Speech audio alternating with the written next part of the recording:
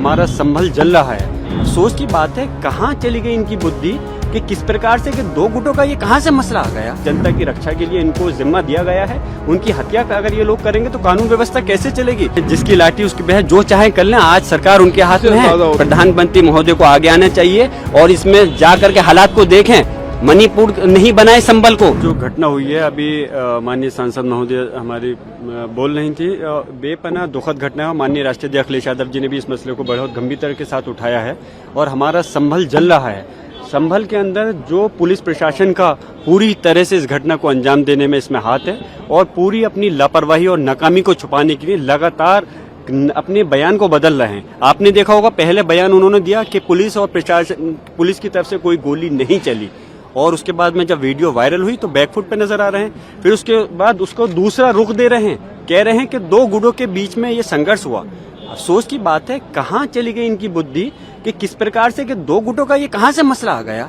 ये पुलिस ने गोली चलाई और उसके बाद में आपने कल देखा होगा पुलिस के अधिकारी जो सर्किल ऑफिसर है वो टेबल पर बैठ करके बिल्कुल मीडिया से मुखातिब होते हुए कह रहे हैं कि अगर जाहिल लोग हमारे पर गोली चलाएंगे तो क्या हम मरेंगे। तो ये अपने बयान को खुद बदलना है। ये आम जनता को जिनकी रक्षा, जिनके ये जनता के नौकर हैं, जिनकी जनता की रक्षा के लिए इनको जिम्मा दिया गया है, उनकी हत्या अगर ये लोग करेंगे तो कानून व्यवस्था कैसे चलेगी।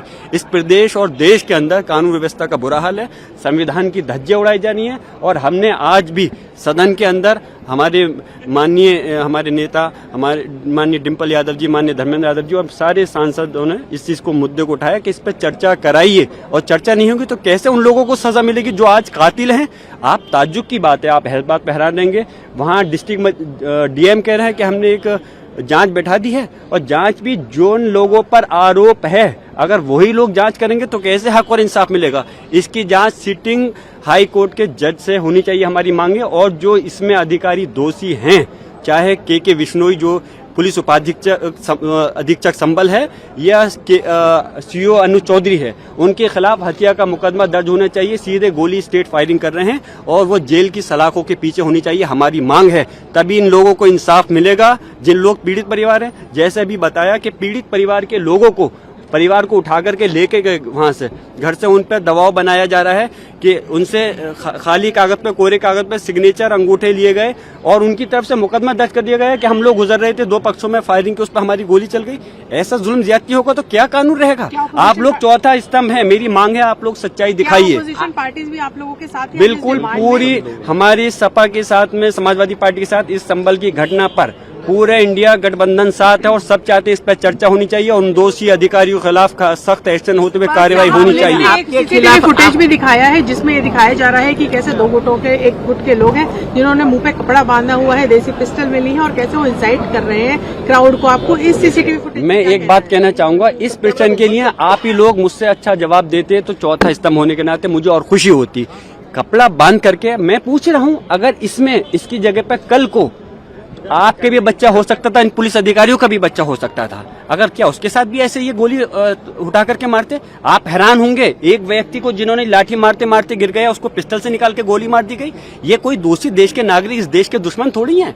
इस हिंदुस्तान के सिटीजन है, नागरिक हैं, उनके साथ में ऐसा जुल्म, ज्यादती, अत्याचार। और मैं एक बात और बताता चलूं, ये कोई हिंदू मुस्लिम का झगड़ा नहीं है, कोई संभल के अंदर कोई हिंदू सामने नहीं है। अरे हिंदू तो छोड़ दूर की बात है, तो फिर मुसलमान आपस में कहां से सामने आ जाएंगे। ये तो तंत्र को सामने ला करके चंद शरारती तत्व थे, जो 8 लोग थे जिन्होंने दायर की है।